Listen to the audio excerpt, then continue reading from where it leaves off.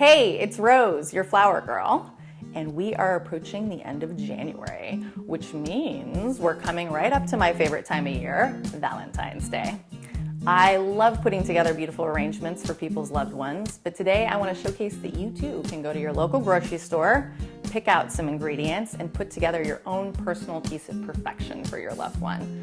I've picked up everything that you could also buy, and it doesn't have to be wildly expensive. This can be a creative project that you have fun with that comes out looking like $1 million.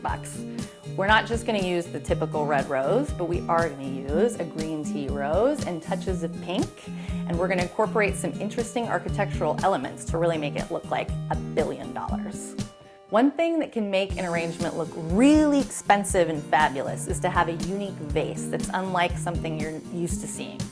I got this vase at the 99-cent only store. It's very basic, but today we're going to dress it up by hot gluing some cyclamen leaves on there. This is a seasonal plant that has these really elegant, drippy little blossoms, but it also has these waxy, hardy, long-lasting leaves. You can hot glue these on there, I'll show you how, and it will stay looking great for the next few weeks because these don't really get wonky. So let's get cracking. Get out your hot glue gun. I like to work with this kitty glue gun because I've had a few too many disasters where I've burned myself into oblivion. And you're just gonna give a hearty dose of this glue back here and just press it on there. It's gonna be easy peasy. Valentine's Day, I feel like, has so much pressure and stress. And I know so many people who are always hoping their loved one is gonna treat them in a super special way. Something like this is nice because it's the classic Valentine's Day floral gift, but if it comes from you, there's an extra sensibility of romance. Okay, next up, you could just start with water in the vase, but for this, we're gonna make it really easy and we're gonna use the florist's best friend, which is floral foam. Totally fabulous! And this is something you need to soak beforehand. So you wanna put this in a sink and just turn on the water and have it soaking for a while so it gets all the way through. This floral foam will make things last quite a long time. And it makes it really easy to create an architecture because you don't have to perfectly cut all your stems. You can just stick things in, and it's very satisfying. You will notice as you're sticking your stems in here, it's kind of fun. So we're just gonna cut it because it's a little too big. You don't need a sharp knife for this, but I'm just gonna use one just for fun. So we're gonna do something that's focused one way because then you can really maximize your blooms to the front. And this is gonna be the only thing that I put in that I haven't actually bought from the store today, which is just an interesting textured green with a little bit of a branch element. I'm gonna be using a Northwest favorite, Daphne, today, which later in the spring will smell really nice, but even now, these little buds, I just love the look of them and I love that touch of green on the edge. So go out in your backyard, front backyard, find something that looks somewhat similar. And what we're gonna do is take some longer pieces to give height. And you wanna put these, if you're doing a tall arrangement like I'm going to, in the very back, because this will be valuable real estate in the front that you're gonna use later on for the blooms.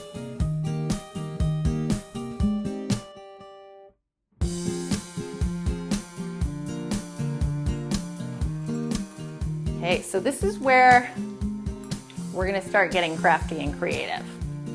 I want to take things like this and some other of the bear grass that we're gonna use later and some of the leaves and weave them together to create a new shape, which will really modernize your arrangement. I'm going to just wrap and wrap and wrap these little stems so that they hold on to each other. They're kind of like nature's zip tie. And we're gonna create a piece like this. And then we're gonna add that. Again, make sure you are putting it more in the back so you leave that front part of the foam for the blooms. All right. Next up, for another architectural trick, we are going to take these tea leaves. Again, very long lasting. I've had some tea leaves from weddings that I've done that with water are still looking like this, like a couple months later, which is crazy to me. These are tropical though, so they have that nice waxy long-lasting feel. And what I'm gonna do is turn this into this with some staples. I kind of like that ribbon effect of the way this looks when it's curling out like that. So all you're gonna do for this, let me get this aside so it's not a visual booby trap here for you. We're gonna take this and we're just gonna curl it around, curl it, curl it. You might have room for 3 curls, but I think probably 2 is best because you wanna be able to have it be strong, and 3 might be a little too much, it might pop out. Then you're just gonna take your at-home stapler and get in here, staple it up. And you might need a few, and you wanna staple along the sides here, but also staple right in the middle so that it will hold tightly. If it comes undone, no big deal. Just roll it up again to a new place and staple it again. You do want to staple the inside because if you come out and staple this side, you'll be able to see those staples, and it's nice to have those hidden. So here we go. We got a couple little ribbon-like effects. If you wanted to go even further, you can take a knife and run them down to create these little feathers of it kind of coming out a little bit. Kind of interesting. So now that you've got your basic frame, which is extremely important because that's going to make everything look lusher, bigger, better, now you can move into the blooms. And we're going to use roses. These are the quintessential Valentine flower. You can also pick something else that's the same basic shape. So if you're a fan of the Gerbera daisy, or you're a fan of a lily or something like that that has a round shape, you can use that too. But today we're going to use one of my favorite roses, the green tea rose, which I love for the little bits of pink around the side. Let's set this here. And for this, you could intersperse roses if you like, but I want to just clump them together to really showcase the individual rose. If you can, I always encourage buying local roses. They might be a little bit more expensive, but they're definitely going to have more of the smell that we associate with roses. A lot of the roses that we use these days are from South America. They're gorgeous, they're inexpensive, but they don't quite have that smell because they've been bred out of them a little bit. So a local garden rose can be an extra special, though slightly more expensive touch, but worth it.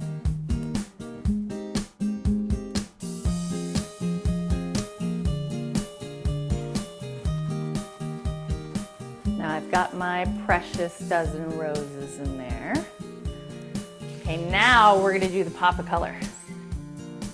These little cyclamen are so pretty to me because they have that star shape, which is so unique and lovely. But if you also want to have them be more of a drippy edge, you can have them coming off that way. That's a little bit more of an organic look. I'm going to do a few each way just so we showcase what they really bring to the table.